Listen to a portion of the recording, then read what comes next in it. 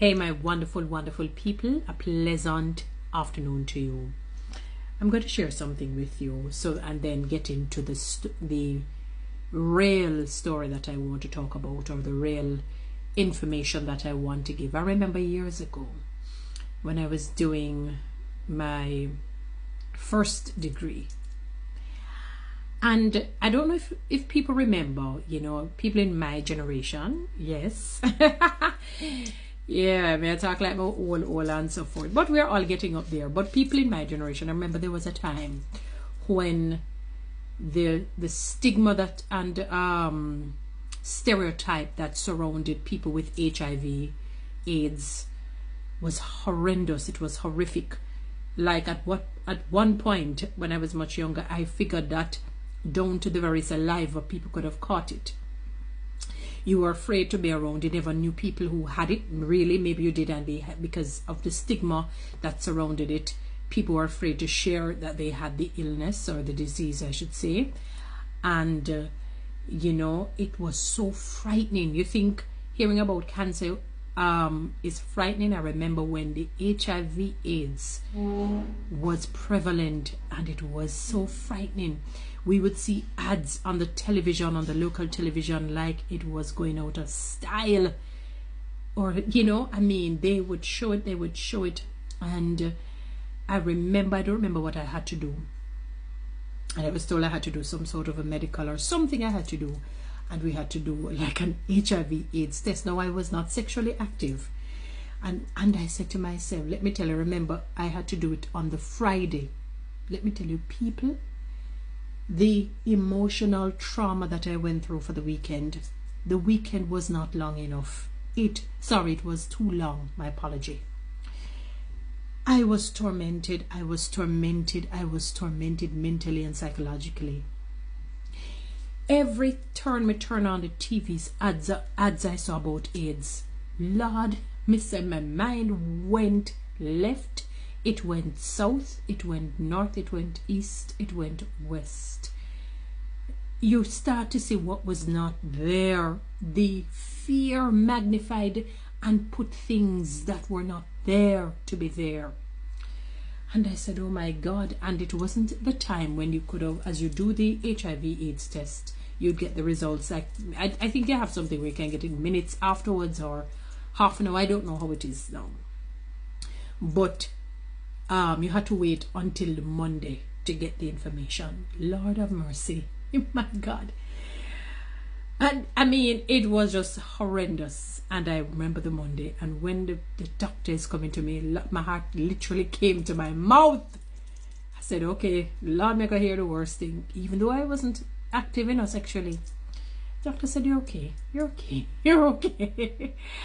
And I thought about the emotional turmoil, the mental and the psychological turmoil of something that was not so.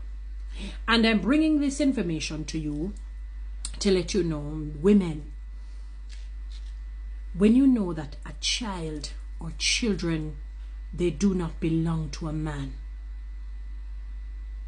you don't know the emotional, the psychological, mental trauma that you're putting the man through. A man said to me that he remembers, even though his children looks like him, the DNA test will just tell you if they're yours or not. It's not about look-alike. It is about if it is true or if it is false.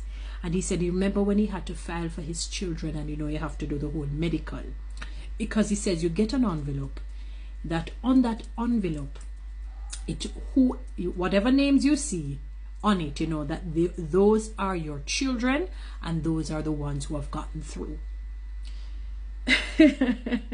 And he said, remember the day, he didn't even tell them when they were asking, Daddy, when are we going to find out what is going on? Because they're excited, they want to go. And he said he remembered when he got the call to come and pick up the envelope. He said he never said a word to them, because in his mind, he says, I need to know if they're mine or not. He said he still would have gone through with everything. The mother was deceased, so,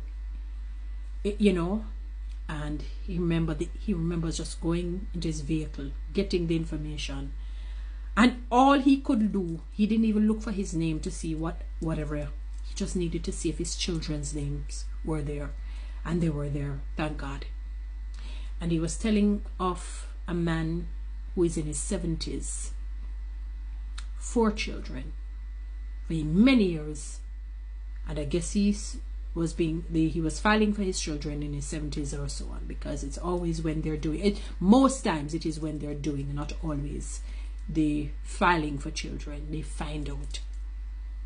And none of the 4 children were his.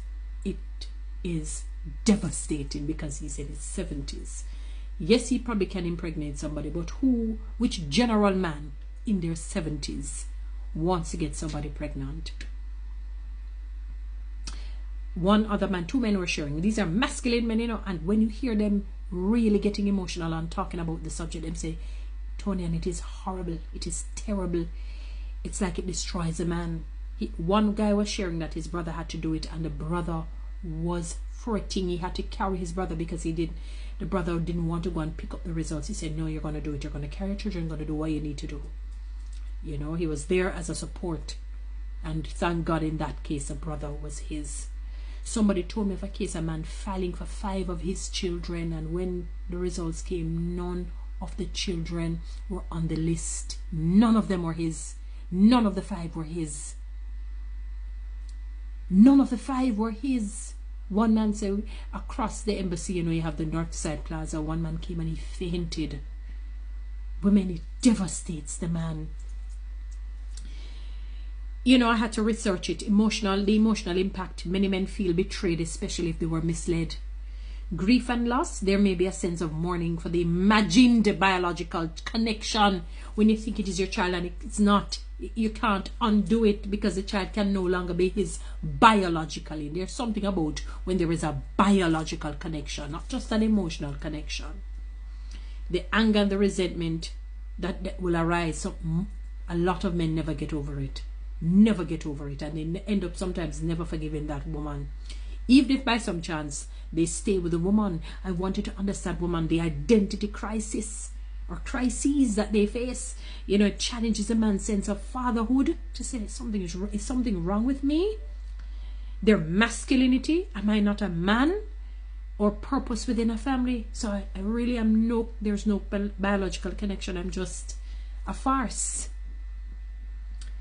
The psychological impact, trust issues. They have difficulty trusting anybody. Nothing. Once that happens, it's like it pulls the soul from the man.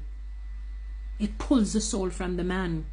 The depression and the anxiety, the feelings of inadequacy and loss can trigger mental health struggles. Sometimes men lose their minds when they find out. Can you imagine if it's 1, it's terrible, but 2 or 3, oh my God, I don't know what word to use. The shame and the stigma in some cultures, discovering that the child isn't biological might lead to social judgment. To say, so how Jamaicans can be saying, what if something wrong with him? Something is wrong with him. The behavioral and obviously the relational impact, relationship strain or breakdown. The partner may suffer or end depending on how both parties handle the situation. The man might reassess his role in the child's life. Sometimes they find that they can't handle it, and they just pull away from the child. Men, they're not as emotionally tough as a woman. So that can destroy him completely. Withdrawing and reestablishing boundaries because no, it's not my child, so I don't have to do anything. And the questions about child support or custody may arise and address stress. Women, I don't support, cheating on your spouse. I'm not here to judge anybody. But if you do and you suspect that the child may not be for the man that you're with, it is best to tell the truth because it is going to come out at some point. Somehow it is going to come out. Either somebody says that child doesn't look like the man, he doesn't behave like the man, the mannerisms are not for the man, and he will do a DNA test. It's best to get it out. It's best. I'm not encouraging cheating or having sex outside of marriage or cheating on your spouse, but if you do, please either you use protection or something. Don't do this to your spouse. It is not good. It is horrible. It's evil. It is wicked. Guys, you know what to do. Read TikTok and YouTube, subscribe, and give me a like, please.